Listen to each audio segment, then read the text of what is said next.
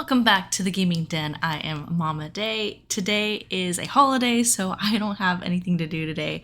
And so we're going to go ahead and take advantage of playing some more scary games, which will be nice for you guys because I know that I usually end up recording only every, other blue moon. So you guys will get to see a little more of me here in this new year and in this start of the month.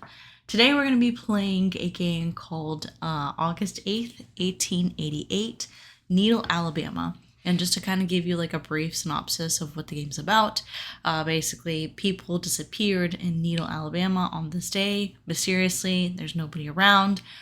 Weird things are happening in this town. And so we're going to play that person who decided to be the hero, who decided to be the brave one and went in and explored this town when everybody was basically gone. So go ahead and buckle in and get your beanies on, get your hot cocoa. And then, as always, we're going to go ahead and just say a quick little prayer before we jump into this game. You're welcome to skip this part if you don't want to partake. It shouldn't be more than like a minute or so, but yeah. Okay, thank you, Heavenly Father, for this day, for letting us wake up to this morning, for allowing us to be here present together, even if we're in separate houses, behind separate monitors. We want to thank you for the developers of this game who have produced a game for us to enjoy and have fun with. We ask that we are able to learn something through this game, whatever it is that you might want to designate for us to learn on this day. Thank you, Lord, for the beginning of the year. So far, January has been a blessing of a month. We're here so far, thanks to you, Lord. I ask that everyone who's watching and listening is reached by you, hears your words, and that you will never let them go.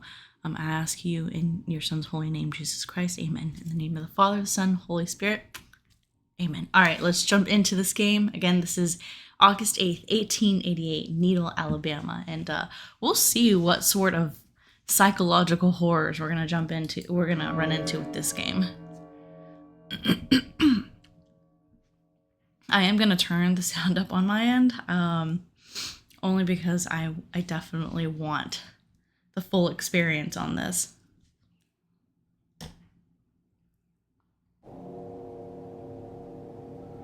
Okay, Chapter 1, Apocalypse. Today's the last day, and it would have been nice to see the blue sky one last time instead of this thick fog, but oh well. Okay.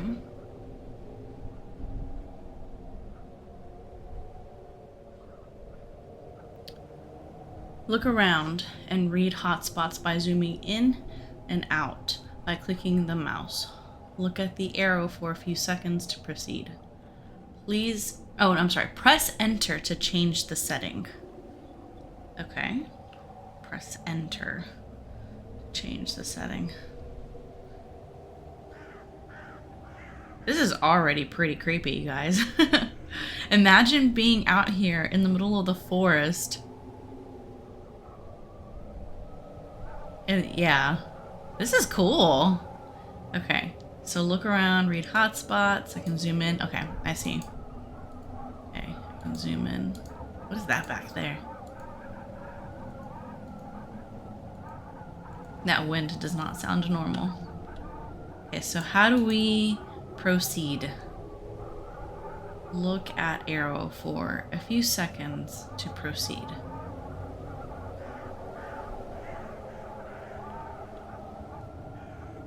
I reckon it's going to be a busy day. I've got many of folks to say my farewells to.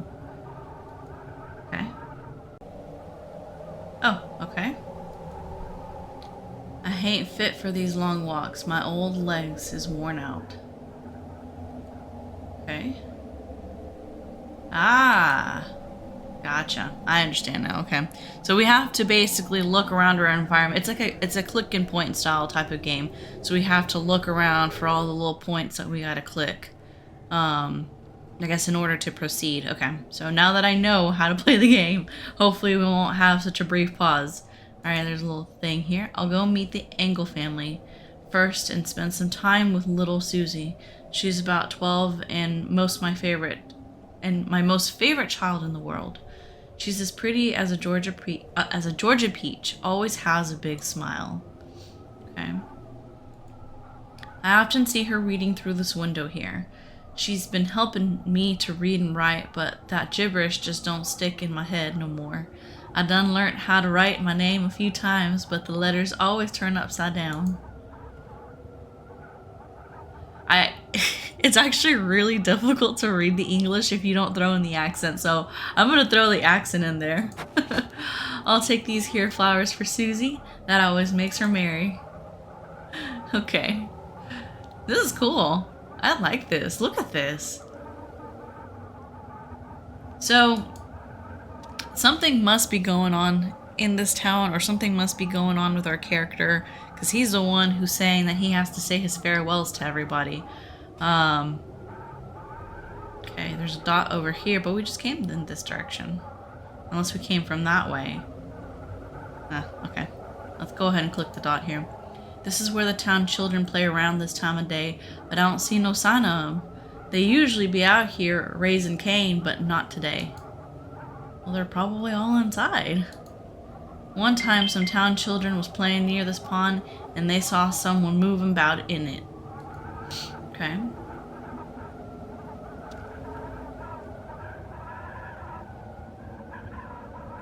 Ooh. Okay, so we're at the dock now. When the children came closer, they saw an escaped black prisoner. I reckon he got shot while trying to escape because he was bleeding an awful lot. Right away, the children started throwing the stones at him. Okay. Well, it says the 1800s, so... One of the stones landed right in his eye and blinded him. This area was just puddles of red. That didn't stop the little rascals, though. They laughed and kept pelting him until Susie came out. She gave the kids hell for what they'd done and made them scramble away. Well, it was awfully nice of her.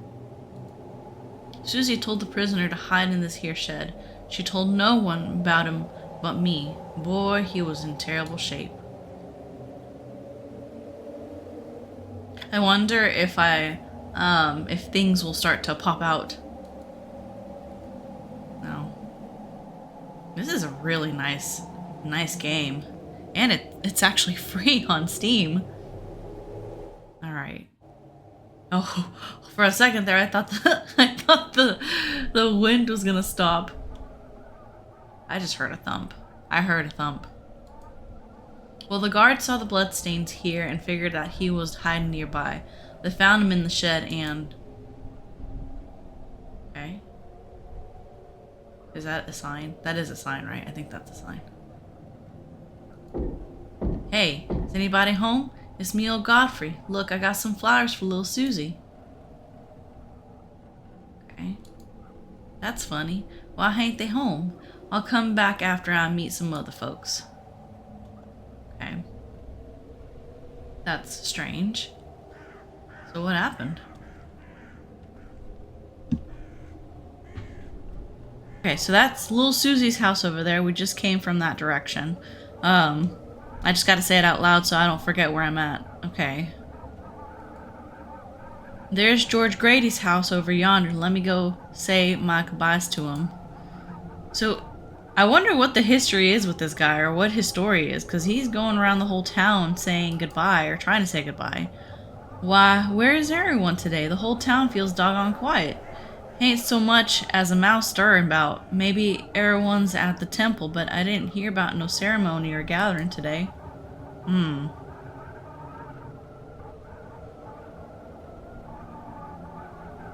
Okay, let's go to George's house. Ew.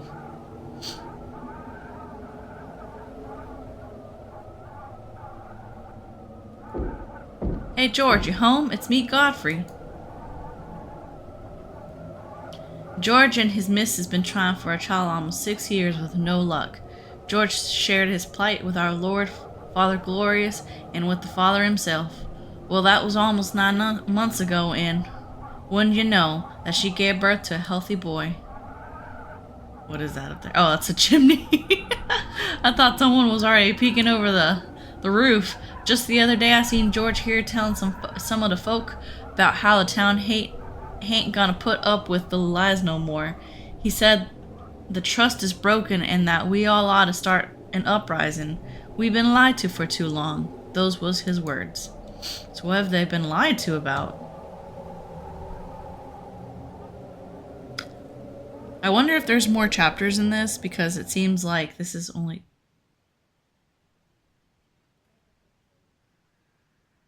chapter 1. It got really quiet really quick. How? What? What is that? What was that? Okay. Alright. There's Miss Wilson's place. She's an old widow that took care of me for many years. She told me about the religion, but says that I ain't allowed to go to no rituals 'cause they evil. Well, she's right, I'll tell you that. It got really quiet. She's a fine cook, too. Can't nobody cook like her. Just the other day, she brought me so much food to the ceremony that it'd make a man's mouth water. Tarts and cakes and sandwiches and I don't know what all. Okay. Why did it get all quiet? It was just windy all of a sudden. Let's just keep going, I guess. Okay, those are my footsteps, right? I hope so. Alright. On this side of the property. What's over there? Okay. Of course, none of us townsfolk got much to eat 'cause the temple elders got served first, and then the temple guards had their fill. By and by, when it was our turn, there weren't nothing left except crumbs. Okay. This house is decaying and in shabby condition. I should have listened to Miss Wilson and painted it when I had the chance, but my brain can't remember so good. It's the least I could have done to repay her for her kindness. Okay. Hey, there she is, sitting at the window. Howdy do, Miss Wilson. Maybe she'll offer me a cup of cocoa. That's my most favorite treat, and it'd be swell to enjoy it one last time. I don't see her in the window, buddy. I don't know what you're looking at, but I don't see nothing. It got so eerily quiet, guys. This is weird. Oh my gosh. Why are we zoomed in on the door like that? Oh, I don't like that. Okay. Open up, miss. I've been thinking about meeting you since morning. It's good to finally see someone in town. Something's gonna jump out of this. Ma'am, it's me, Godfrey.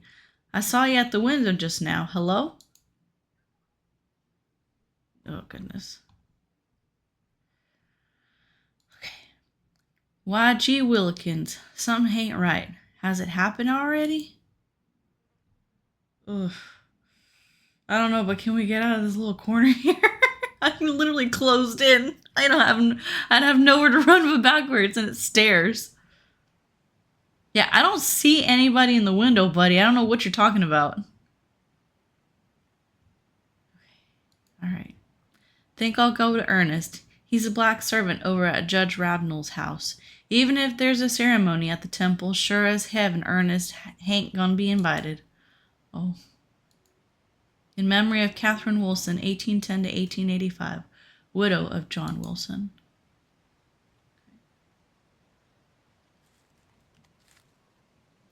So something has to be going on with this town and this temple that he's mentioned.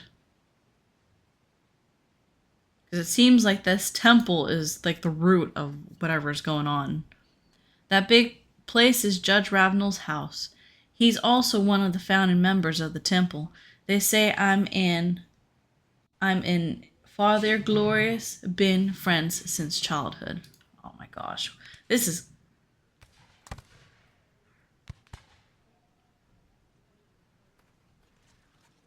Oh goodness. Okay. We're this is definitely a cult, you guys. This is a cult. We stepped into a cult. Well, we didn't step into it. We're just seeing through the eyes of a guy who's a part of a cult. The judge and the father was both just a couple of regular farmers from Needle, Alabama. But now look at 'em. One's the county judge, and the other's our dear Father Glorious.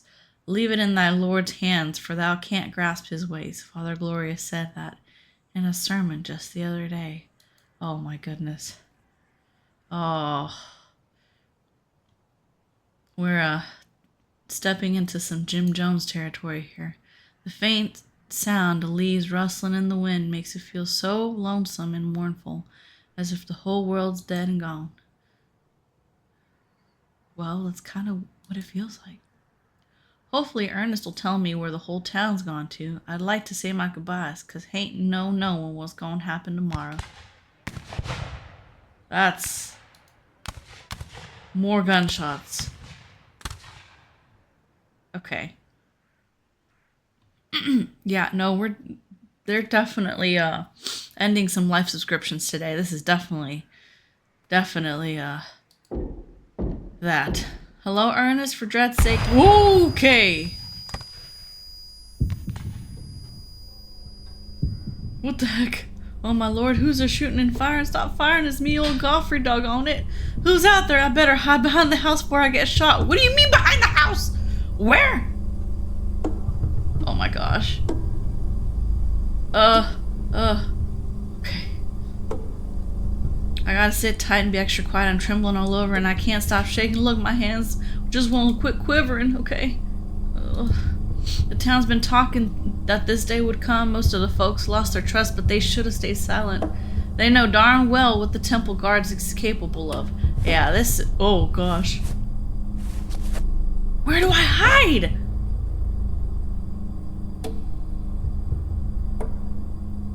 Dude.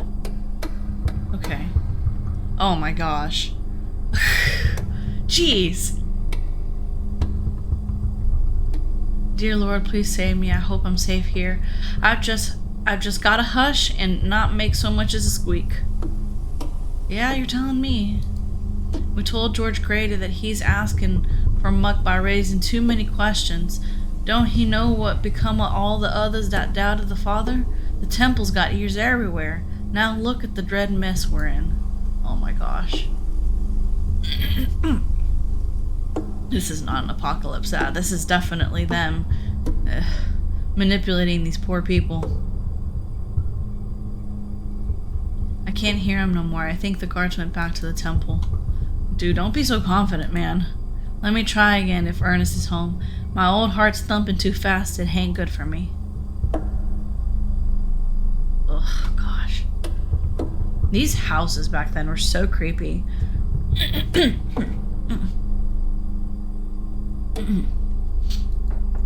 Please, Ernest, I beg you to open up. I'm terrified. I ain't breathing so good and I'm parched. Okay. Dude, I didn't even get to finish. Looks like they still here. I need to find a place to hide quick. Okay. Oh my gosh. I guess we're gonna go inside the house. Hang it, it's locked. Oh goodness. What about this one? This one's locked too?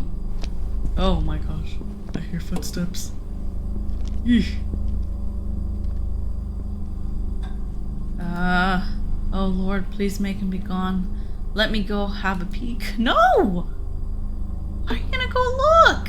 You can obviously hear them close by. Ugh.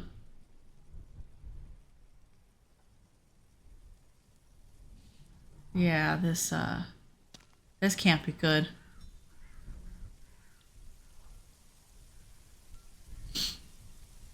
So all of a sudden they just stopped looking. May God curse those darned guards. I reckon they went back to the temple. Well, let's hope so, buddy. Because this is creepy. That still don't explain where all the folks is. Everyone's gone and disappeared into the fog for all I know. Yeah? Or everybody is just, gathered at the temple and everybody's just ending all of their life subscriptions together. Farmer Jim lives in that house down yonder, and that's his barn next door. He's a firm and fervent believer of Father Glorious. Never misses a sermon or ceremony at the temple. He's always dressed in his fine white cottons for all the rituals. Says he been to all of them. Say at least his horse and cows ought to be there. Seeing any sign of life will be a heaven sent for my soul. I feel terribly alone and empty. I hear footsteps. I could have sworn I heard literally just what I said. I heard footsteps. Yes, thank you. I'm not insane.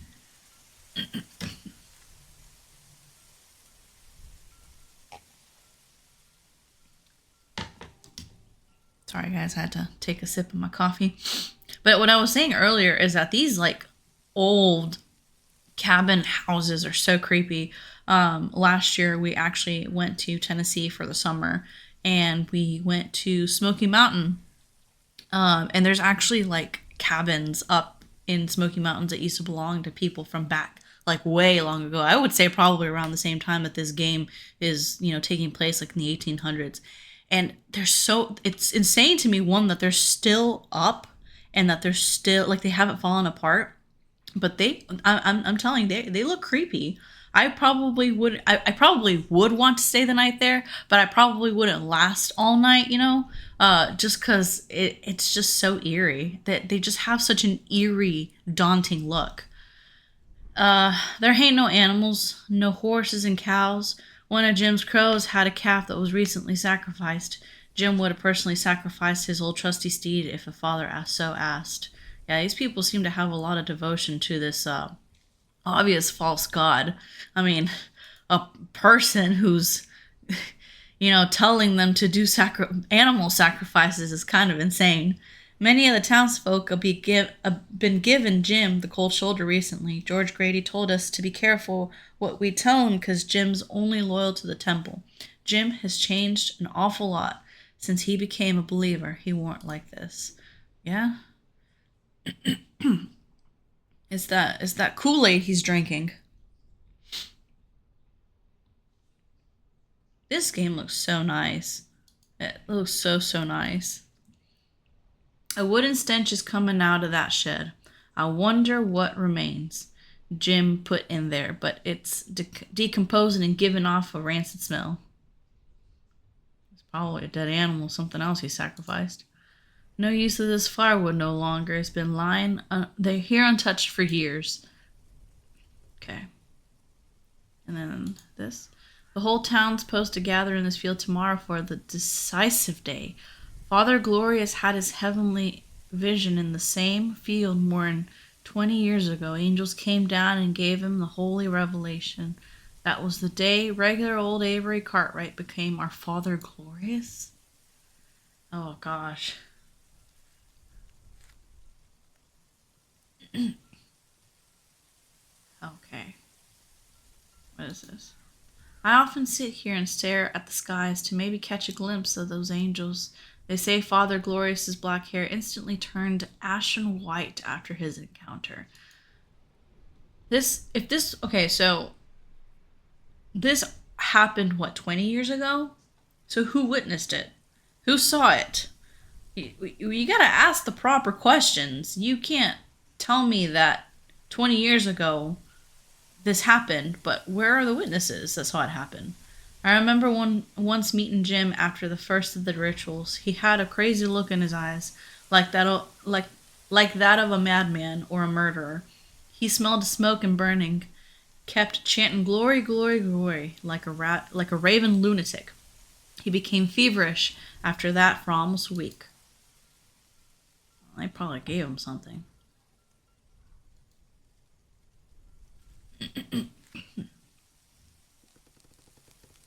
Okay. Oh my gosh. Okay. Alright, let's not look that way, because I don't know if I can put that on YouTube. That used to be Father Glorious's house, but now belongs to Warden Henry. Say, that's a good idea. I'll head to Cartwright Prison, and maybe they'll know what the deal is. I'm sure the prisoners is still around. See, I ain't no dummy that everyone makes me out to be. Am I gonna have to address the floating body? Oh my gosh, of course I am. Alright, I'm gonna have to blur this out. Oh my gosh. What? Wait, what? So So it actually wasn't a thing? So I'm just seeing things now. Oh my goodness.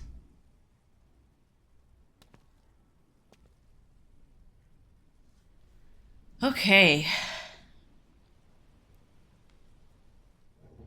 Chapter 2, Demons. Alright. I've made the long walk to the prison. Can't believe this been my daily walk to work for so many years. My legs ain't what they used to be. Okay.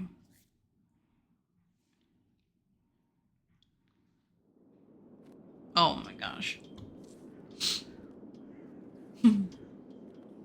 There's a, I don't know if any of you guys remember like the huge, like the super big trend. Well, it wasn't a trend, but there was a, at least in the gaming world, there was a huge trend where the big YouTubers were playing a game that was allegedly from the dark web called Sad Satan. And I think Obscure Horror Corner made a video or says that they had the first encounter with this game. So at the beginning of the game, you're basically dropped into like this super long hallway and all you can see is the sky. This is kind of what that reminds me of. Except of course this one's a lot more detailed and not so like grainy as the other one, but yeah, that's just kind of what it reminded me of. Hey Billy, it's your old friend Godfrey. I ain't reporting for work, so don't get no ideas, you hear? Open up quick, I gotta tell you about the town and how everyone's missing. Oh goodness.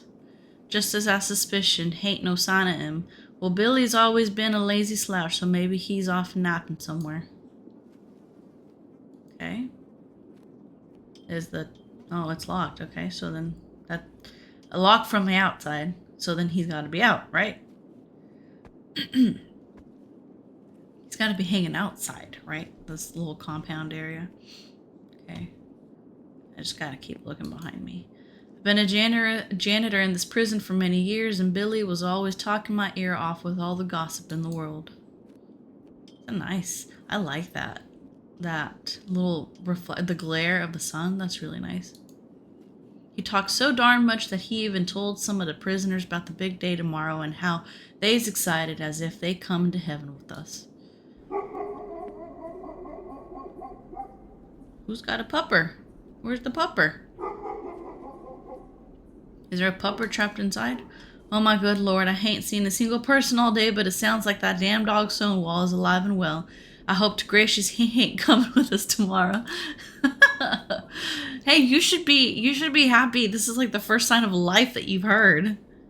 You literally talked a couple you talked a couple scenes earlier that you wanted to see like a horse or something. Ugh. I hate all the guard dogs here, but none is worse or more vicious than that blasted Stonewall.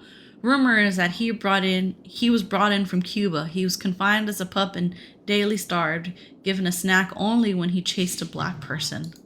Oh, goodness. Okay. He was beat so often that his skin was thickened. Now he goes rabid just at the sight of a black man, many of whom he's maimed and eaten.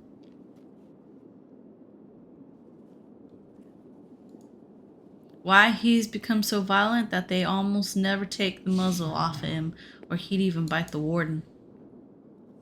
Okay.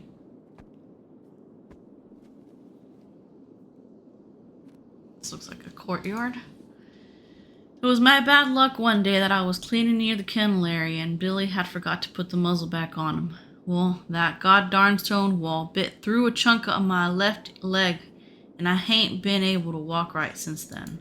Oh, so the dog's just rabid. He doesn't have a preference. He just, whatever he can attack, he attacks.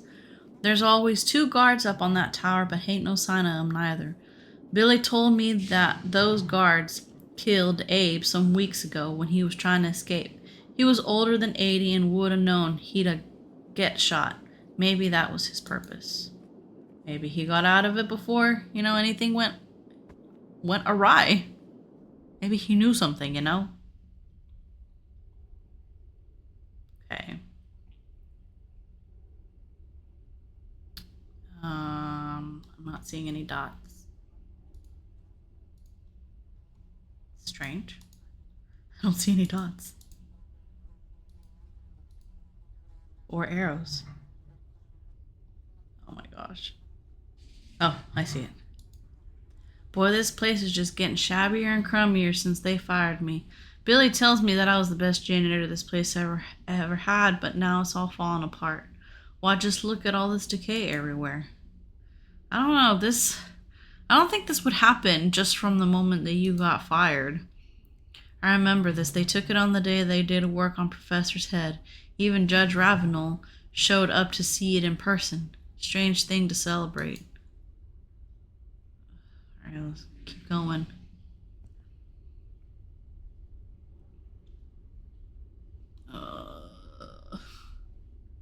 Okay, alright, let's read this letter. To the Honorable Father Glorious, I had written to you earlier as to the proposed leasing of more convicts. As you are aware, our company has been leasing convicts from Cartwright Prison and have been paying our fair dollar value for them, not to mention my personal donations to the temple. However, our request for 300 more convicts has not been met, and we are in dire need of more blacks. Of the 400 we originally leased, more than half have perished, and work on the railroad is drastically slowed. Our shareholders are not happy. I beg that you pardon my bluntness, but for the last time, please send us more blacks or we shall look elsewhere. Yours respectfully, J. L. Smith, Chairman, Montgomery South Railroad Corps. This is, I didn't pick this guy. I didn't pick this game because it was MLK Day today, guys. I literally just was going through my library of games that I had saved, and I was like, you know what? Let's play this. If it's too short, I'll find like more games to play and just make like a compilation of 3 scary games or something like that. And I was like, well, this looks interesting. Let's do this. I swear I didn't know that this was gonna take place in a town. Well, I mean, I guess I probably should have known. Maybe I should have known, but I didn't think about it. It's MLK Day, guys. So we're long past all of this tragic history that we went through. Let me go talk to Warden Henry and see what he figures. Most of the townsfolk say that Warden Henry ain't a bad person, but I disagree. Even when he was a plantation owner, he was well known across the country about how brutally he treated his slaves. I don't know why you want to go see him then. That's not a very nice person, if you ask me. Warden Henry was a colonel during the Civil War, and I believe that further hardened him into who he is today. No black prisoner so much as moves when they hear Warden Henry is coming through. Maybe for good reason that this town is like disappeared. Dear Henry, it has been brought to my attention that Alabama State Senator Robert Barnes is forming a special commission to investigate claims of abuse at the prison. I'm convinced it was leaked by the detestable smart aleck from Ohio, so see to it that he gets what is deserving. Control the deaths and torture in the prison for some days, and for heaven's sake, have the whole facility cleaned.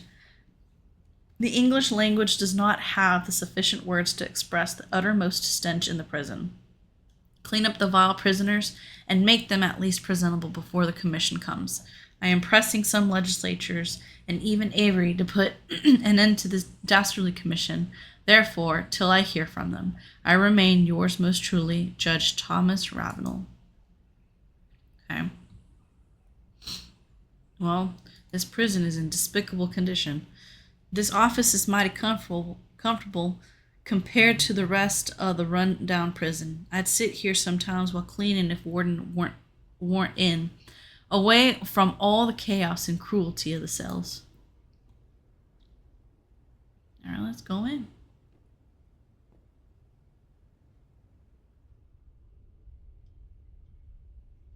Okay, now where am I going? Oh, another note. Wait, this wasn't here. My dearest friend Avery, I pray this letter finds you in the best of health. I have not been regular at the temple these last few weeks, but it is only because I have been busy sentencing so many new convicts for our mutual benefit. I endeavor to bring to your attention the bothersome Senator Barnes and the commission he is forming to audit the prison. We must quell this commission through protests by the townspeople. I propose that you heat up the town against the blacks. Perhaps a rape accusation followed by a ritual will get the town into a frenzy. Tell the town that Barnes and the commission want to set all these black rapists and murderers free onto their women and children. P.S. Young Mary has turned 14 and is quite the beauty. I shall be most glad if you arrange a tryst between us during the next ceremony. Always your true companion, Thomas Ravenel. My gosh, jeez. The depravity. That's oh, thank God we don't live in these times anymore, man. There's a growing fear in me that it's already happened because Billy and the warden ain't here neither. What'll become of old me if everyone's gone already? I don't know. I mean, just go on with your life. I don't think you really need these people, man. The black prisoners gots to be in their cells because Father Glorious said many a times that it'd only be us white folks up there. Let me check the cell blocks. Well, he was dead wrong. Because there is salvation for everyone. This cell block feels dead and hollow, just like everything else today. I always hear cries, groans, and screams here, so the silence feels spooky and depressing. It's sweltering hot and I'm dried up thirsty. I'll sit down here after I figure out what's going on. Okay.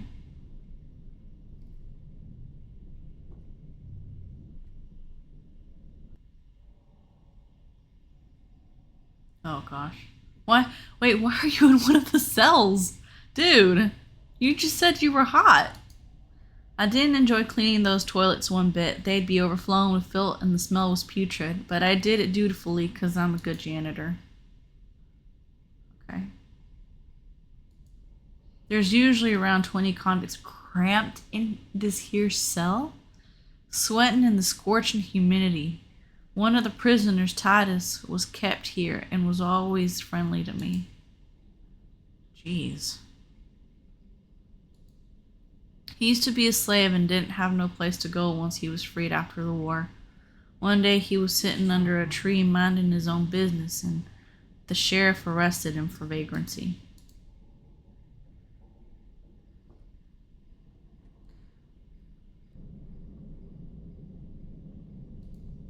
Judge Ravenel sentenced Titus to 5 years for that. He was leased out to a plantation a few months after, where he and 10 other convicts were told to clear a swamp down in Jackson County.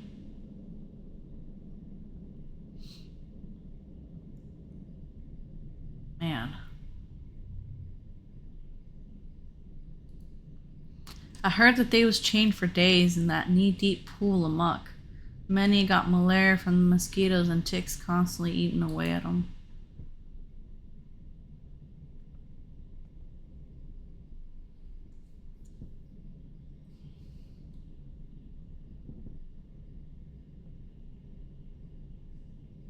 Right here. The Alabama sun got Titus and them so thirsty they was drinking the same filthy swamp water they'd been standing and wasting in for days. Most of them died from sickness, but Titus made it out. Well, he was sent back here just a couple weeks later because the plantation owner's missus said he followed behind her one evening. That spooked her and she complained to her husband. Titus told me he was just wanting to ask her for some water and didn't know what he'd done wrong.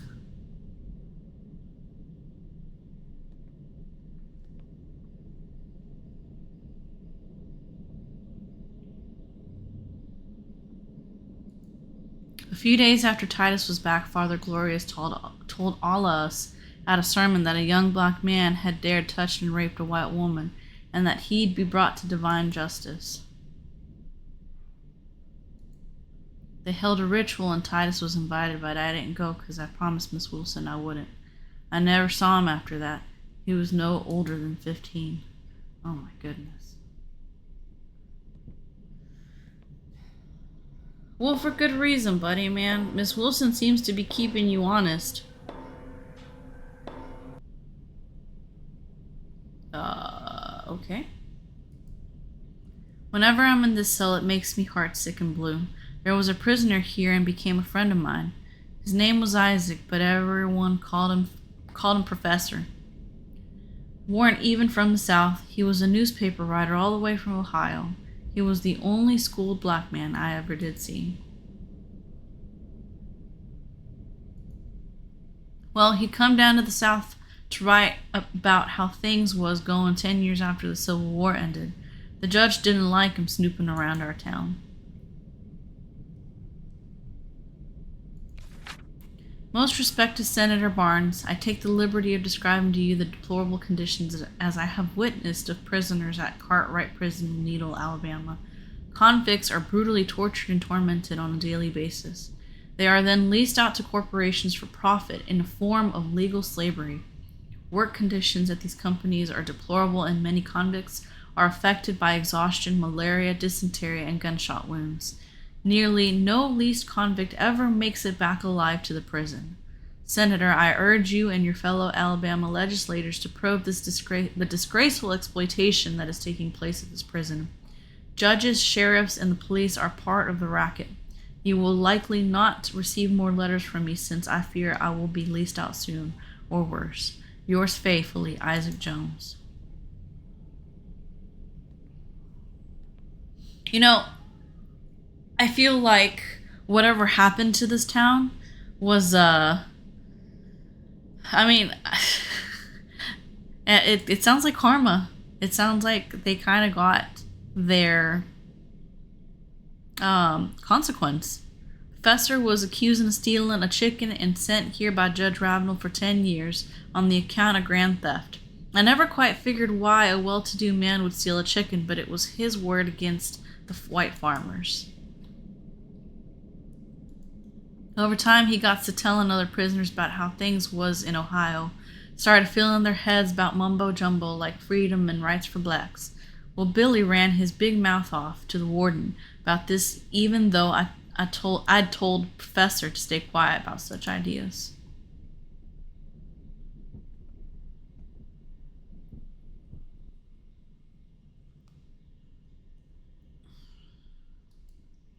The next day, all the prisoners was brought in the area, and the guards dragged Professor out of his cell. Judge Ravenel even came and was given a nice seat. All the rest of us had to stand and watch.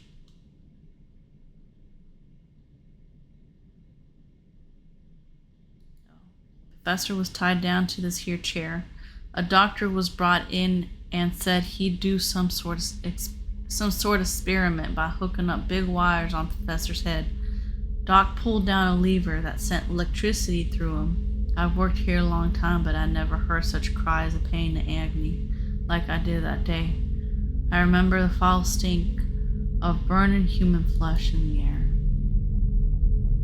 Oh my gosh. Professor was never the same. His jumbled words didn't make no sense. He'd just gaze into the distance with drool running down his mouth. That's what happens to blacks that think too much around here, is what the warden warned others. I found his dead body in the cell a few days after that. Jeez.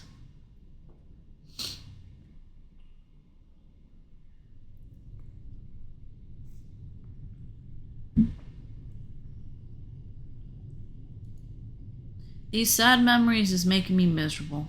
I just want to be at a sermon at the temple where Father Glorious always gives us hope.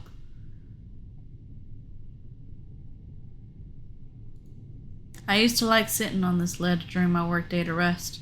The breeze through the window helped ease the... Oh my gosh! Mercy's sakes, that stone wall's barking. It sounds nearby. I think he's in the cell block. I'm terrified to death of that damn devil. Okay. Well, where do we gotta go? Jeez. Man, you can't do that. I was in the middle of reading something. I still remember the pain when his fangs pierced my leg all the way to the bone. 3 men had to pull him off, but it ripped the meat from my leg. Alright, well, you know what, let's stop looking at these little points. I've cleaned up the mess many times after they used Stonewall on the prisoners. One time the body was barely joined to the head because he'd eaten clean through the neck. It took me all day to clean that mess of blood in this cell block.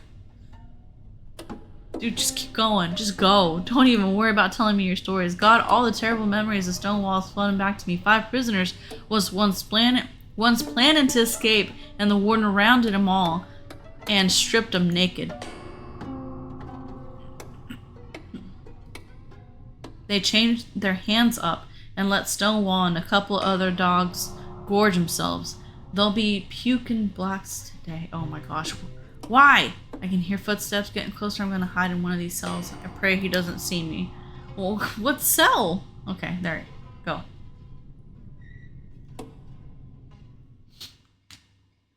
So are we actually going to see the dog?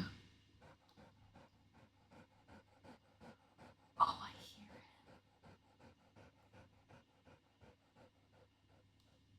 I hear the dog panting.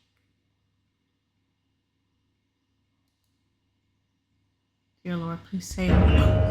Oh, hey, buddy. What's up?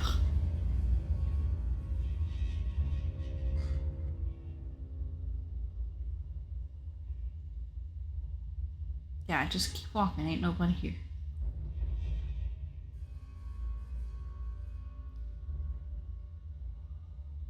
Man, I don't even get to finish reading the little sentences. I can't hide in here all day. He'll smell me out. He's tasted my blood.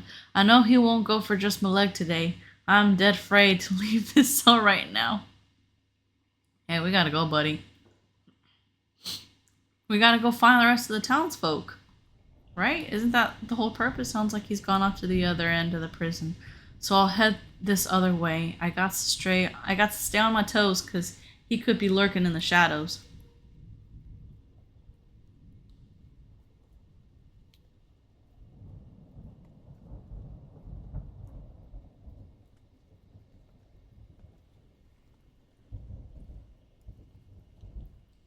Eight. Hey, look! It's the title of the game! Looks like some of the prisoners got scribbling tomorrow's date in the prison. Billy probably never told them that they gonna be left behind during the apocalypse. I'd rather be left behind if I know that's what's gonna happen to me. If anything, I think the prisoners were a lot luckier. And they were more blessed if they're still here. Father Glorious always says, only you, the true believer, shall ascend to the heavens.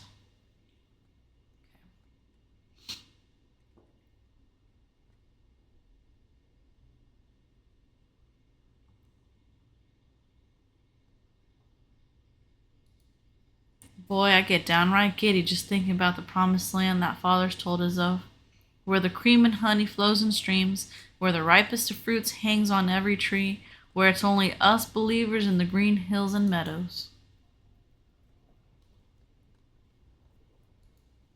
Yes, many of the townsfolk got doubts about Father, especially that George Grady, but I still dream of the day when the angels will fly us to the heavens.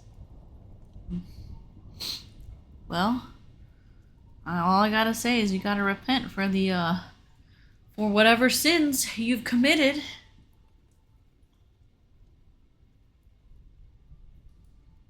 Somebody really ought to talk sense into George.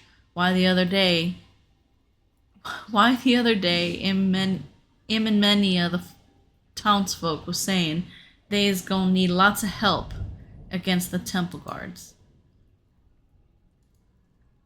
And dog my cats. George said the craziest thing ever heard in all my born days, that the town ought to free all the black prisoners so they can help take down the temple guards. He's gone plumb crazy. I agree with him. Hey, you got more people on your side? You can bring them down. What exactly does he figure he gonna do? That he's just gonna march into this prison and open up all the cells?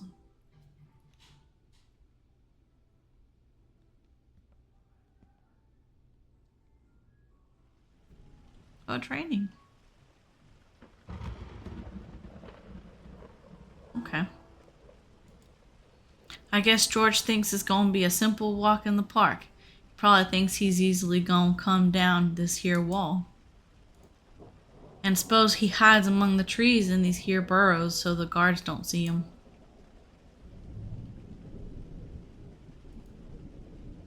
And suppose he somehow climbs up this wall and gets in through this here window.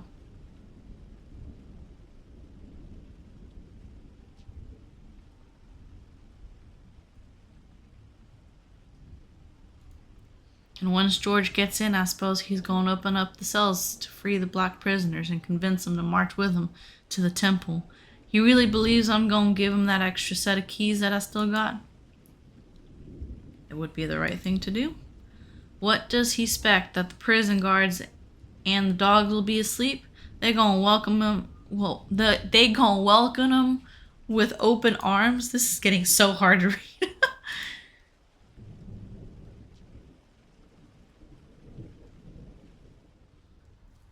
Gosh, it's so dark in here. Don't he know that the prison guards will be shooting and firing at every last one of them? It'd be a bloody massacre. If all the convicts ever did get out, I can only imagine what they'd do to the prison guards. Maybe a group of them would even go after Stonewall for all the terror he'd done.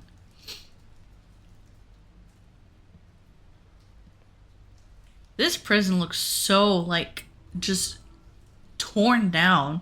It doesn't even feel like he's walking around this prison in the 1800s. Hell, at the end of it, you probably find George Grady's body among all the dead, riddled with bullets, even if the prisoners did get out.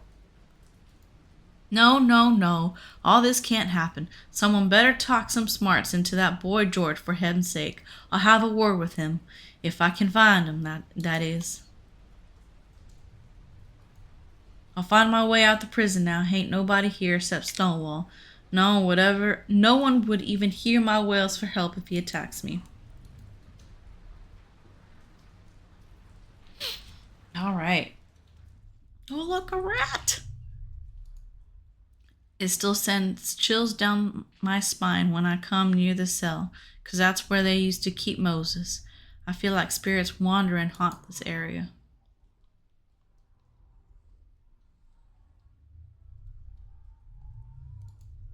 He used to be a slave and had told others on the plantation about how his ancestors used to do some kind of witchcraft or voodoo many years ago, but he didn't believe in that gibberish himself.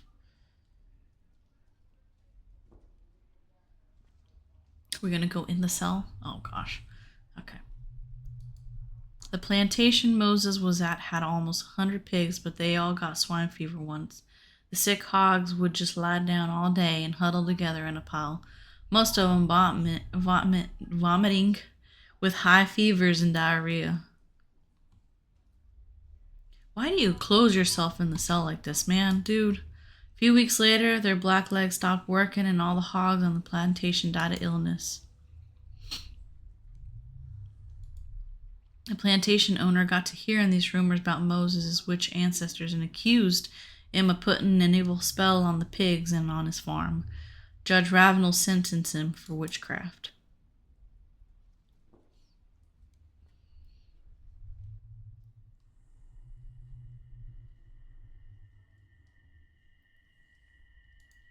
Moses was sent here, although he said he didn't know nothing himself about no witchcraft.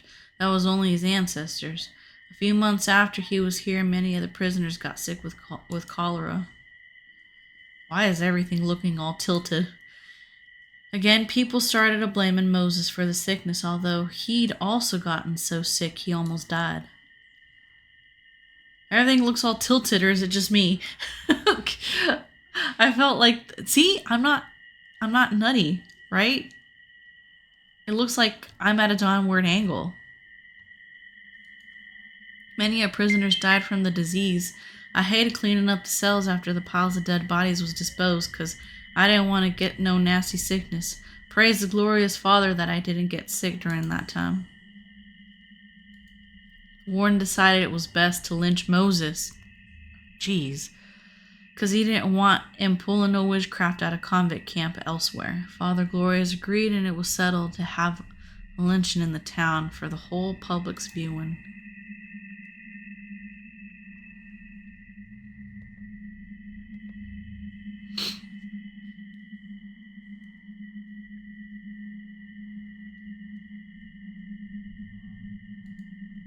Moses was none too pleased, said he'd done nothing to nobody. When they was trying to noose round his neck, he said he'd cursed the prison and the whole town a needle, and that his ancestors' evil spirits would forever haunt him. I was there when they hung him, since it was my job to clean up afterwards. The branch they was hanging him on broke during the lynching, and he fell from a height which broke both his legs. This little howling sound is getting louder and louder. Ugh. They dragged his broken body back to a different tree and hung him again. This time it worked. The townsfolk gave an applause, and I especially remember the beaming smile on Farmer Jim's face. The memory of his hanging body with his eyes bulging out haunts me every day. Is that what you were saying? I always fear that his curse has put demons and wicked spirits on this prison in town. Everything's gone straight to hell in 3 shakes of a sheep's tail, as the saying goes.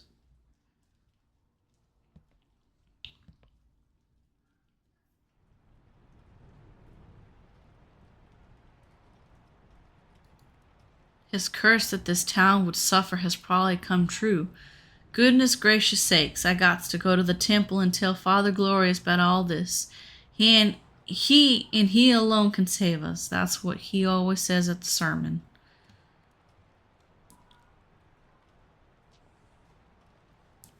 I've always thought it was so interesting how people get so easily swayed, or how it happens that chapter 3 angels, how it happens that in cults, sorry, let me pause. There ain't much time left for the day to end, and I must tell Father Glorious that Moses' curse has come true. I'm drained from all the walking, but I must endure. I've always thought it was very interesting how when people end up getting subjected to cults, how somehow they get so manipulated into thinking that what this one person is saying is true. Like, for example, like the Jim Jones thing, how that happened, and how, I mean, people willingly ended their life subscriptions for this man. And it's just it's so insane to me to think about that, to think about how easily swayed people can be sometimes. Thank the Lord I'm far enough from the prison now. I often wish that the temple weren't built on such a high cliff, but I appreciate it today, because I ain't got to worry about Stonewall following me all the way here.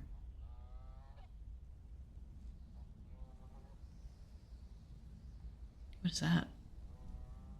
I hear like a goat. Father Glorious had the temple built on a cliff so he can watch over us for our protection. There's many a dangers out there for us plain simple townsfolk, and as Father says, the biggest one is on black people. Jeez. Since the war ended, we've been told that the blacks need to be put in a prison and kept inside, or else they'll run rampant on our women and children. And all that Father asks in return for this protection is that we donate our earnings to the temple, which I've been gladly doing. Buddy, you might want to ask for a refund.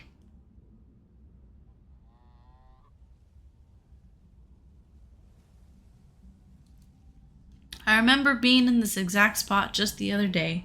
I was sitting on this here rock with little Susie, and the other children was playing nearby. A couple of children had put pine needles under this tree and was waiting behind it with a basket. They was trying to catch fox squirrels. Well, they finally trapped one, and they hollered with joy. I'm going to prick this twig through its mouth and out the other end, said one of the rascals. And I'm going to start a fire so we can burn it like we seen at the ritual the other day, said the other. Susie picked up a rock and threw it on the child's foot before they could do anything. That made him scoot away, and Susie freed the squirrel. She's my most favorite child, always laughing and always smiling, her big bright smile. Good for you, Susie.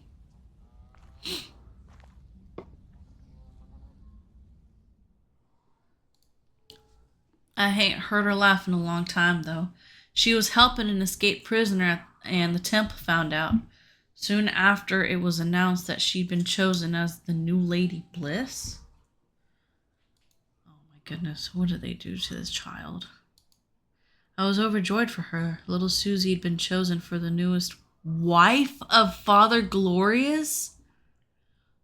Father says it's his holy duty to get married 80 times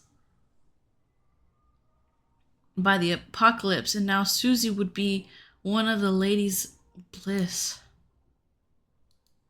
I remember seeing her at the wedding ceremony. She looked like an angel when she was walked down the aisle and sat next to Father Glorious. I looked at her and she looked back at me with the saddest eyes. Oh, how I wish I could have comforted her in that moment.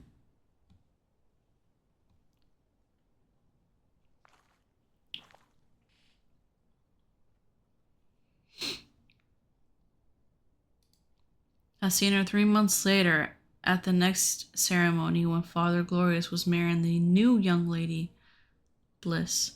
Susie stood behind the throne, alongside all the other ladies Bliss. She looked different than the other girls 'cause she weren't smiling. Her eyes had an empty, lost look. I waved to her, but I figured she hadn't noticed. I could tell her mind was elsewhere. Well, yeah.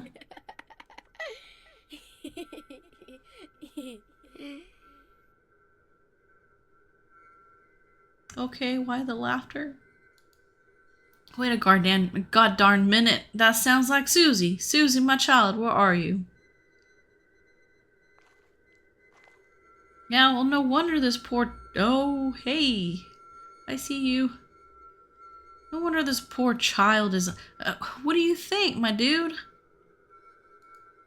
Susie, it's really you. I'm so glad I finally found you. I can't wait to tell your parents they've been worried sick about you. I've been asking the whole town since I hain't heard from you, but they always turn the topic when I say your name. They just look down and never answer.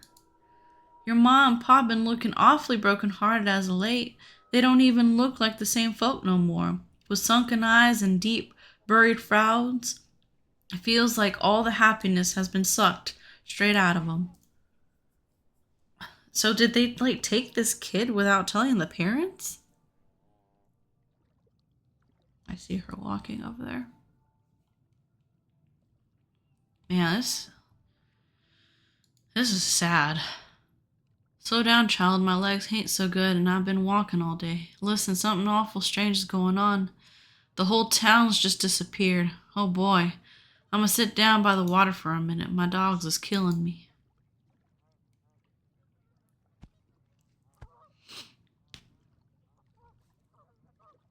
Jesus, game, man.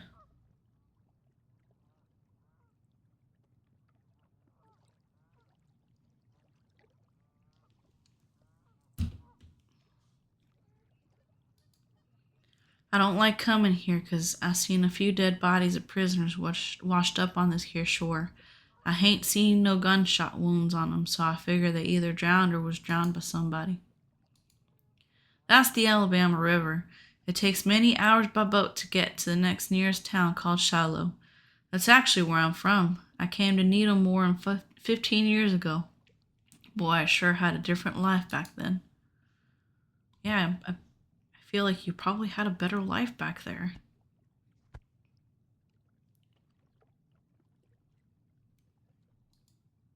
Some of the townsfolk been thinking about taking a boat and leaving Needle for good. It's too late for that now, 'cause the big day is tomorrow, the apocalypse.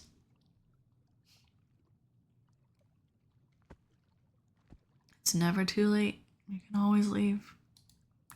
Tomorrow, on August 8th, 1888, the whole town's gonna gather in the big field and all us gonna drink the heavenly milk. I knew it. The town children will be the first to drink it. Then they'll cover their faces with white cloth, lay down in the field, and will wait for the angels to take them to heaven. Yep, I knew it. After that, us townsfolk will drink it and finally Father Glorious at the end. I get slap happy thinking about the final moments as we all lay on the field with our faces covered. Some weeks ago, we was all brought out to the field to practice the last day, but we was just given regular old milk, not the special heavenly milk they've been making and storing down at the prison. Yeah, I could tell from the beginning that this was definitely one of those culty religions, like a Jim Jones. Why, I'll be there. Where the heck is all the temple guards? There's always a small army of 'em guarding these temple gates, but hain't no trace of 'em today. The whole town's afraid of those bastards. They wear ugly green robes and frightening white wigs. Worst part is, The masks they wear with long noses hanging down to their chins, big circles for the eyes, and creepy smiles that stretch ear to ear, and they carry powerful rifles. I don't want to see what this mask looks like, but I do at the same time. No one knows who's behind the mask either. I've heard that that one must pass many vile and despicable rituals to become a temple guard. I can't even think about those sick customs.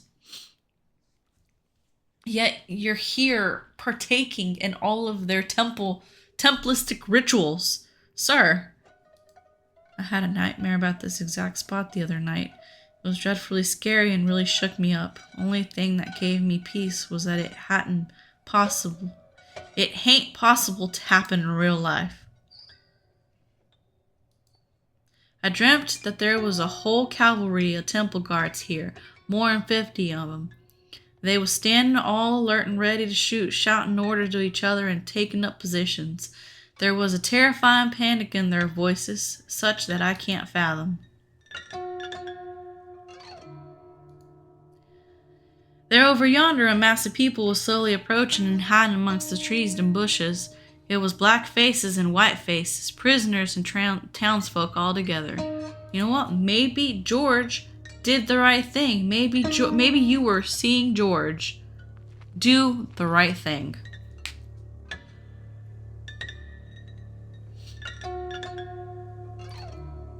And the mass of people kept marching forward, hundreds of them. That's when the temple guards started to fire and kept on firing until this place was just heavy smoke from the rifles. Maybe that's why all this fog is here. Bodies upon dead bodies lay in wake, black bodies and white bodies, prisoners and townsfolk. Blood streamed into puddles from the corpses, but the masses kept coming forward, stepping over dead bodies, trampling over the almost dead. And a few of the guards ran out of bullets and tried to escape from the growing mob. One guard climbed up this here pole but slipped, fell on the rocks with a bone-crushing thud, and the mob beat on his dead body till his green robe darkened with bleeding.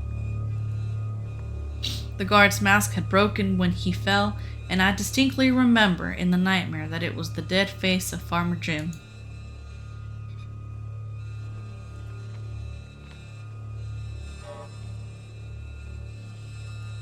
In the nightmare, I found myself as part of the mob, and there was no black or white in this mob. It was just one big, breathing, heaving, seething monster. And the temple guard shot away at the monster, but there was no stopping it now. There was just too much bottled up rage powering it.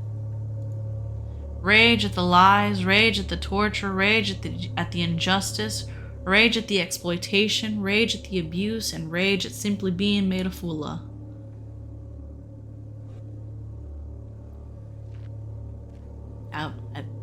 I feel like this is ramping up to our guy being a part of the mob. But the strong rifles did damages to the beast. Countless human carcasses lay all over this place, some with blown off limbs, others half dead, crying for help in agony. But the crowd kept on a-coming forward to get the guards. And in the nightmare, some of the scariest parts was what happened when the townsfolk got a hold of the guards. The townsfolk didn't have no rifles. They only brought whatever tools from their homes, like knives, hammers, and axes. The mob pounced on a temple guard, and the townsfolk mashed in his head with iron rods and iron griddles. And iron griddles. A townswoman then repeatedly stabbed on his body in hysteria, and on this here well, all the while screaming like a rabid animal.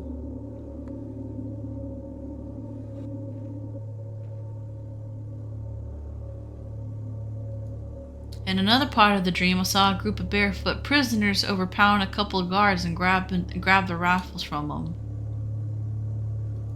The prisoners didn't know how to fire the gun, but mistakenly pulled the trigger and shot the guard through the stomach at point-blank range. The force of the shot pushed the prisoner off his feet, and he flew down this ledge. As for the guard, the shot almost blew his body into two halves.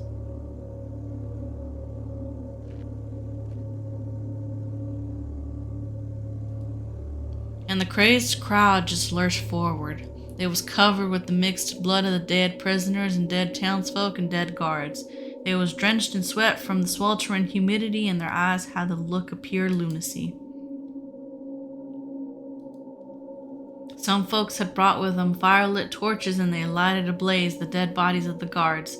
They hollered and laughed like wild children, as if there was anything funny about it. At the end of the dream, all the guards had been killed. The prisoners and townsfolk sat there, all in complete silence.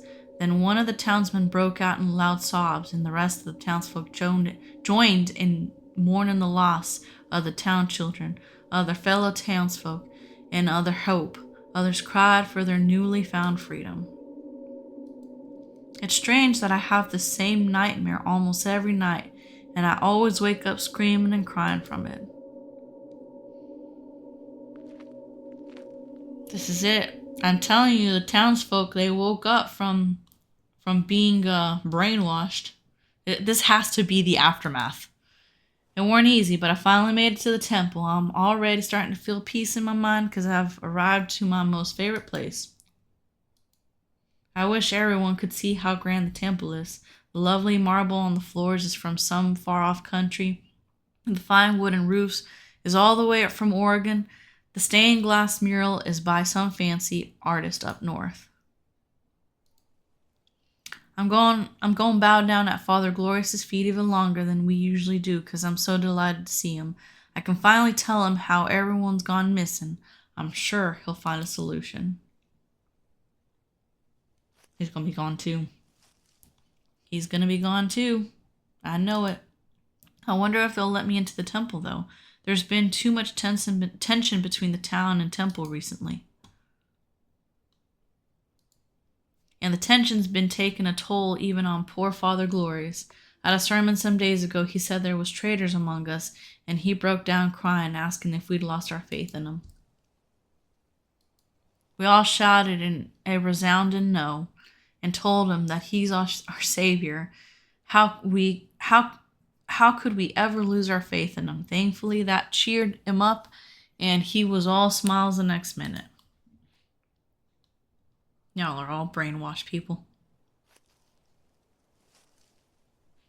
Oh, it's on fire. It is on fire. Oh my Lord, our temple's on fire. Oh Lordy mercy. Help, please somebody help. Our holy temple is burning. Oh sweet Lord, have mercy. Who did it? Watch. It was him. He did it. He realized what was going on. The whole temple's on fire. It's all burned down to hell. Damn that George Grady and the rest of the non-believers who's been planning this. They burnt it down. They really burnt it down.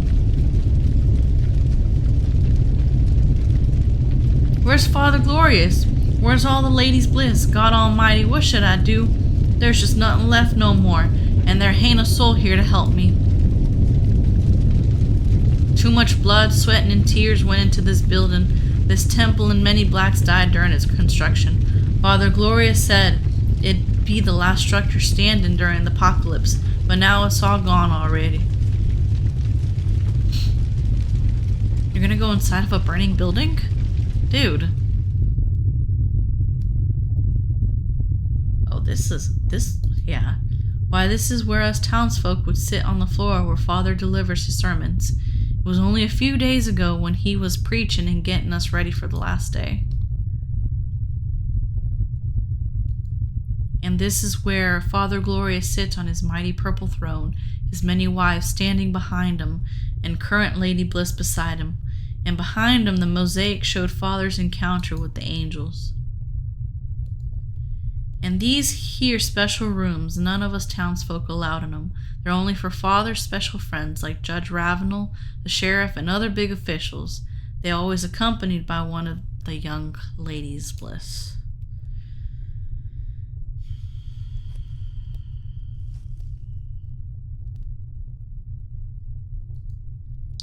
But now it's all been burnt down to dust by George and his merry band of non-believers. Y'all ain't coming to heaven with us tomorrow.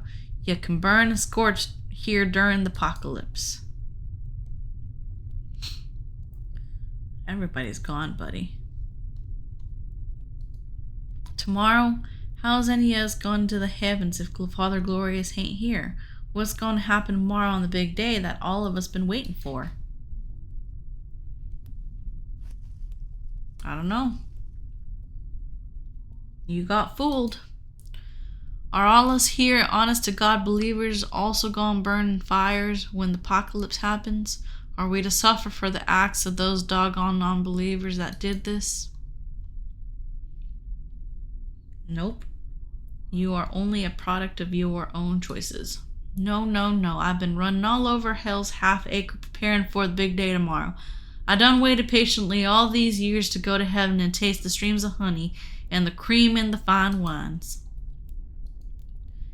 And be in the green hills away from this cursed stinking town and needle and the cursed dang nabbed prison and all the death and the dead bodies. And you cut me off. Oh gosh, is it gonna be nighttime now? Oh, it's dark. Oh my, what happened? That Susie screamed. Where am I? I must have passed out and it's already night. Susie, where are you? I gotta find and help her. She's in danger. Okay, but we don't have a flashlight, buddy. It's so dark. How did the... Let me guess. He's Father Glorious. She's a strong girl. Ain't like her to scream.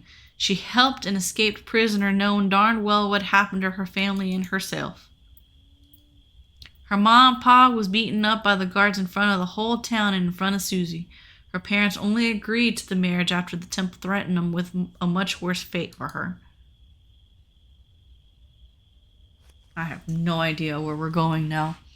It's so dark and so difficult to see where we're going. The last time I saw her at the temple, she was standing behind the throne with the other ladies' bliss. She dropped a letter for me, and I sneakily picked it up when I bowed down at Father's feet. I gave the letter to George Grady because he's one of the few folks in town that can read. I don't know what it said, but I remember seeing the color leave his face after he'd read it. He wrote a reply and asked me to give it to Susie, but I hain't seen her since. Based on Susie's letter, George called a secret town meeting late the other night. That's when he proposed his silly idea of freeing the prisoners to take on the temple guards. That is a very pretty moon. Look at that detail. Oh, this whole game has been actually very, very well detailed. Despite like the saturation, there's obviously like they're trying to give it the ambiance of like very creepy, like lifeless, colorless. But despite that, I mean, the detail has been incredible. After the meeting, when I was sitting alone at home, I heard a knock on the door. Well, lo and behold, it was none other than Farmer Jim, and he brought along a bottle of freshly made moonshine. Hey, some moonshine to cheer up the spirits.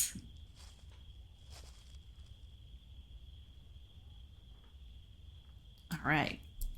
I stopped drinking many years ago because Miss Wilson says the devil's in that bottle. Well, maybe I did have a wee bit here and there when she gone to bed early, and Billy slid me a few sips every time we had a hard day at the prison. Anyhow, is that no good? Farmer Jim wheeled me into having some moonshine with him, and I had too much to drink. I told him stuff from the meeting that I ain't ought to have. I'm sure Farmer Jim went and told the temple about the townsfolk having doubts about the apocalypse. I cussed my damn self for spilling the beans about the meeting. You probably, I don't know, became the catalyst of all of this. We'll see if it was all for good or if it was in vain. Dear Mr. George, I dearly pray you read my letter first. As I had written, you must do all you can to stop the town from drinking the heavenly milk. The town has been lied to about everything. I beg you, please save the people. The temple has started suspecting me. Give my love to Ma and Pa, Susie. I wish to heaven I would have learned how to read when Susie was trying to teach me, but I always kept forgetting everything. I hain't got time to figure what this letter says.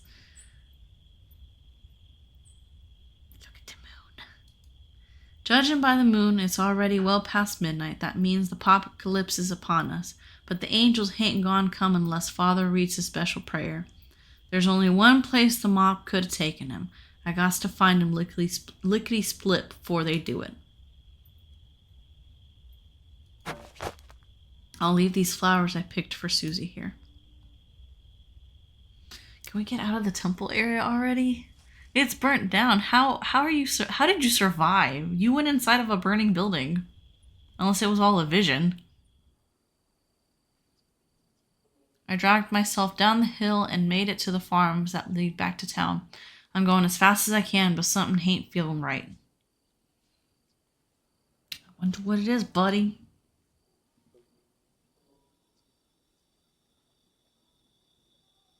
This is so dark. Oh my gosh. Oh my goodness. I got to stay positive. Everything's gonna be fine. Lord willing, and the creek don't rise. Those dang nabbed fools burned down the temple, but they'd never do nothing to Father Glorious. No, they wouldn't lay a finger on him. Why, he spent his life for our benefit, looking over us, protecting us, and preparing us for today. Whatever misunderstanding the towns had, he's still our Father Glorious, so I'm sure they won't harm him. Ugh, I wouldn't be so sure about that. No, they ain't gonna do what was done to Titus. I promise, Miss Wilson. I wouldn't go to no rituals, but gosh darn it, I went to the one Titus was invited to.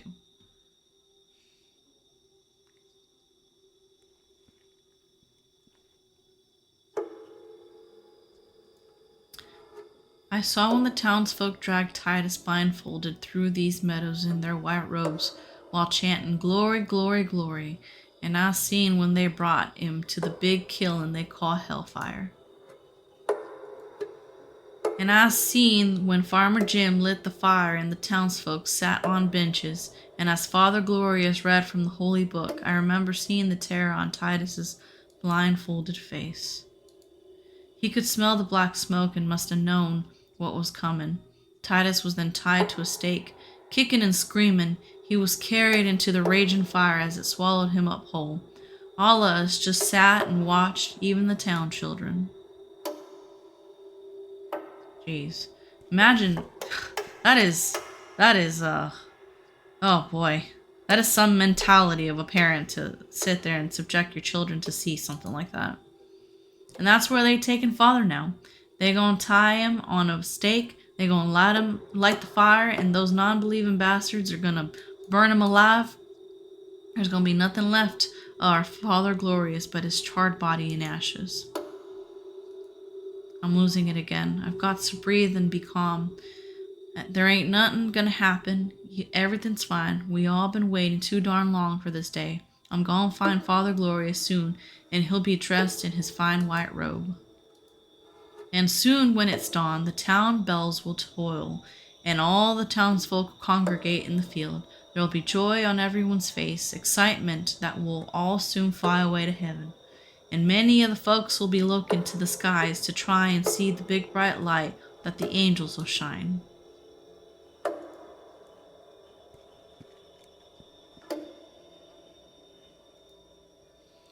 And when everyone's gathered, Father Glorious will read us his final sermon, and he'll remind us how blessed we are to be believers, for only we'll ascend to the promised land. And for the non-believers and the blacks, they'll be destroyed by hails and fires, and everything will be devoured by the blaze of the apocalypse. We'll look down from the sky to see the sad old world burning. And when the final sermon's complete and the townsfolk have applauded, the temple guards will bring the heavy kegs filled with heavenly milk.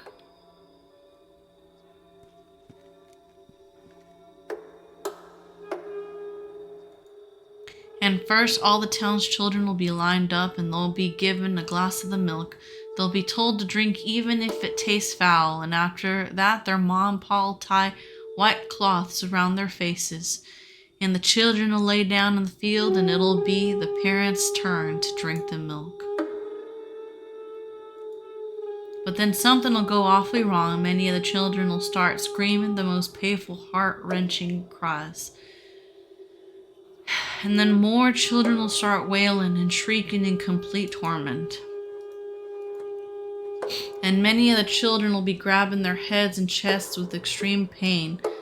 the likes they hain't felt before.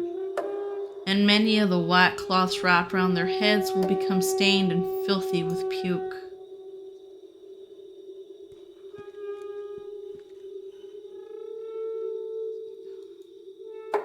And the parents will run to help their children, but they'll be stopped by the guards with powerful rifles. And the desperate parents will push the guards away, but the children will have already stopped screaming and crying, and they'll have fallen face first on the field, laying without breathing. And the parents will finally start understanding the whole truth, and they'll fix their manic eyes on the temple guards and Father Glorious. And Father Glorious will give instructions to the guards, and that's when they'll start firing and blasting at the townsfolk. And some will die by gunshots to the head, to the chest, and on the back. Others will die getting crushed as the townsfolk rush to lock themselves in their homes. But the guards will shoot many a door open and kill whomever they find inside. By and by, the guards will run out of bullets, and they'll safely take Father Glorious back to the temple.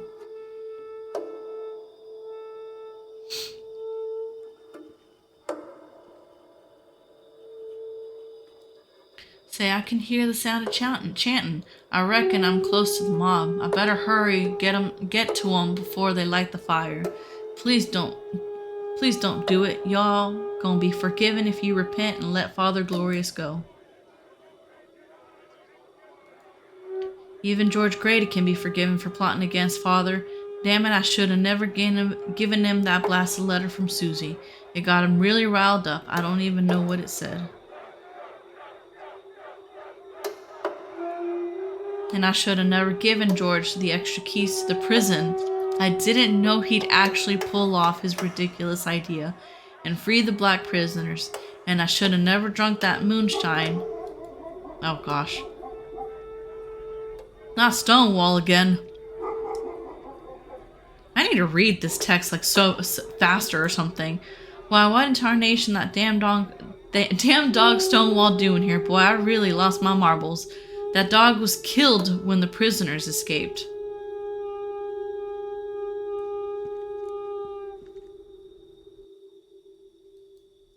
I've been looking forward to this day for more than 15 years, dutifully praying my earnings to the temple and devoting my heart and soul to the Father Glorious. It was supposed to be the happiest day of all our lives, the day when all our miseries would finally go away. What is happening? Indeed, the apocalypse happened on August 8th, 1888. Just not the one we were promised for so long. Why, what sort of milk from heaven causes little children instant brutal death? And what kind of temple kills their own congregation? And what kind of leader peacefully watches a violent massacre unfold on his own faithful believers? Father Glorious must have had some divine reason. How could he wrong us?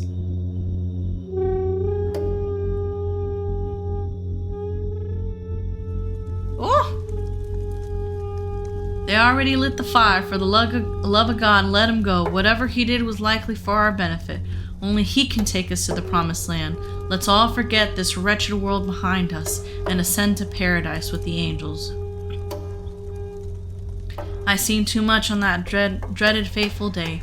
Too much death and too much bloodshed and too much savagery. Please take me away from here. I've been living through the same nightmare for too many years. I can't take it no longer. I've been looking all day wondering where the townsfolk and the prisoners disappeared to, but I finally remember where everyone is now. They're all dead and gone since years ago.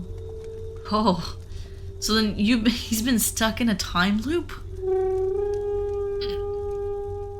Is that what happened here? He got stuck in a time loop? Like, is this his punishment?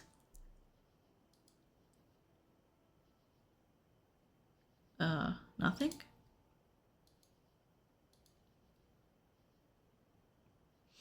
Yeah, I think this guy's just been stuck in a time loop.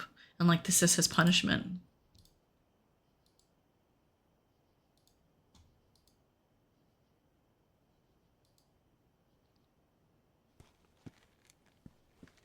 That can be the only explanation, that he's just stuck in a time loop. The whole town says I'm a dummy 'cause I can't think so good and I keep forgetting everything, but I hain't no different from the others. See, we all simply forget things we've seen and we hain't never learned from them.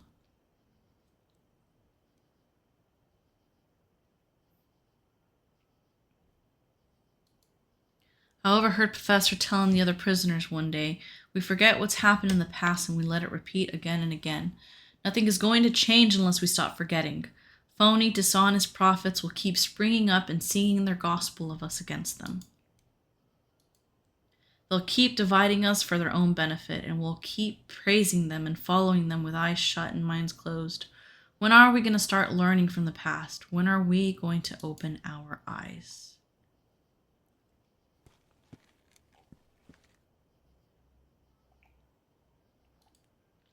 I'm gonna just curl up and sit here a while. I'm old, and I seen a hella lot that ain't no man oughta. And I know darn well when I wake up tomorrow, I'm gonna forget everything and live the same day over again, just like I've been living it repeatedly for the past 12 years. I wish I'd died in the mines like all the others that day many a years ago. Oh Lord, why'd you let me live and see all that I seen in this cursed town? Why? Why? Because you gotta learn, buddy. You have to learn your lesson. You are stuck in a time loop because you haven't learned your lesson. That 27 years earlier. Okay.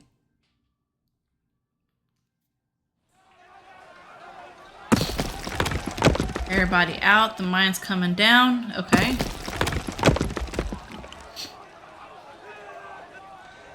But we're going in the mine. So is he gonna allow himself? Hell out, save yourself. It's all crashing down. Okay, where are we going? So are we getting out or are we going in? Because it looks like, oh my god, I can't see. Help me. Help me. I think we're going in.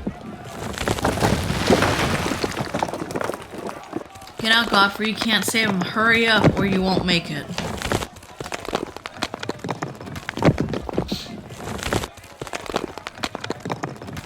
God damn the mining company for sending us down here.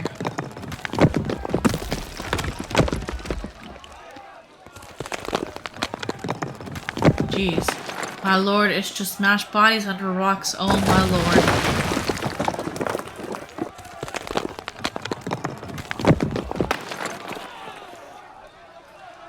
You're almost out. There's the exit. Hurry up now.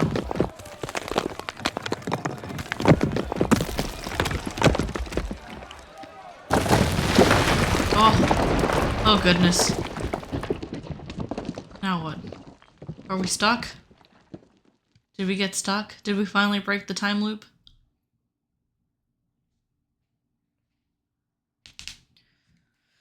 Wow.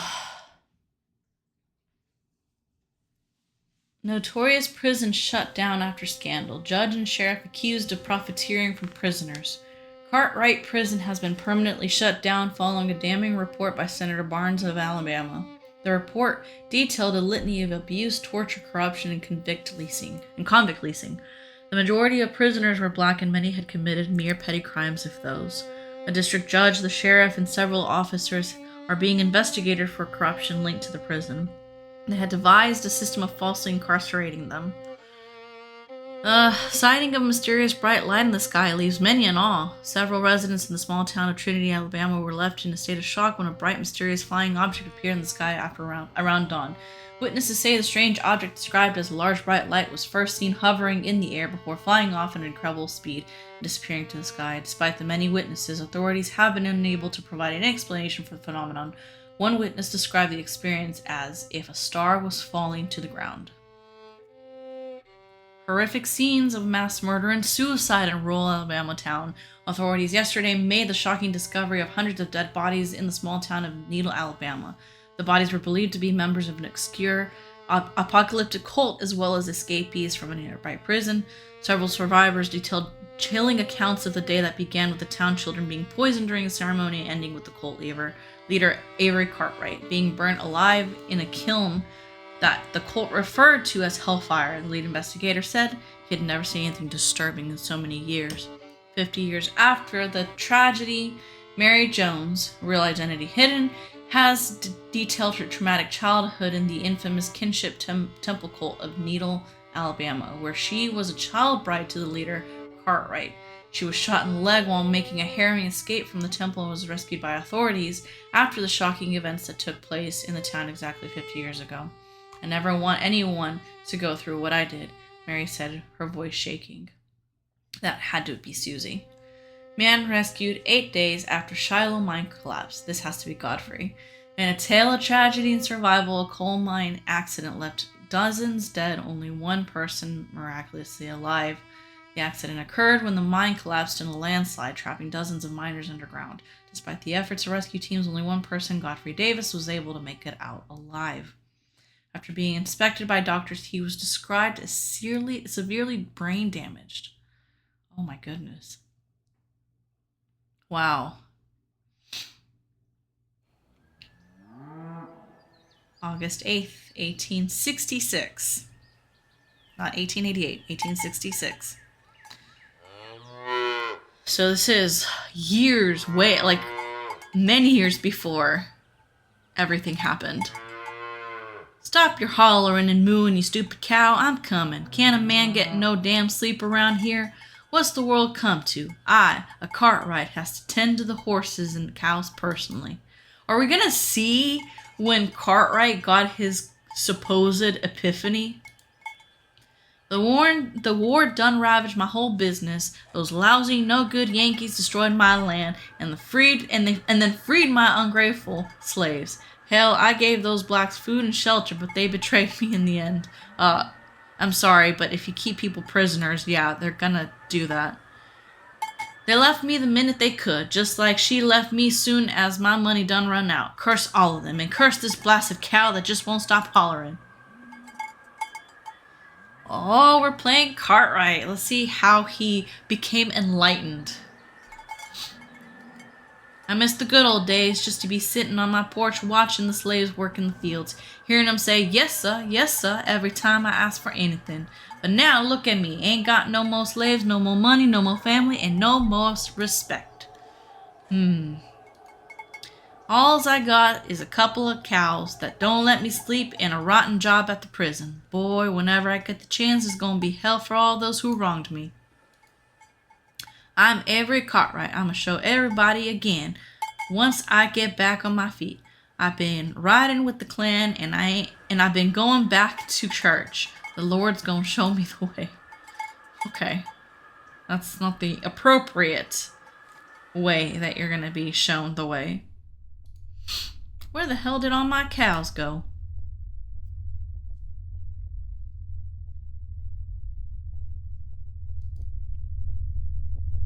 Oh, that's the light.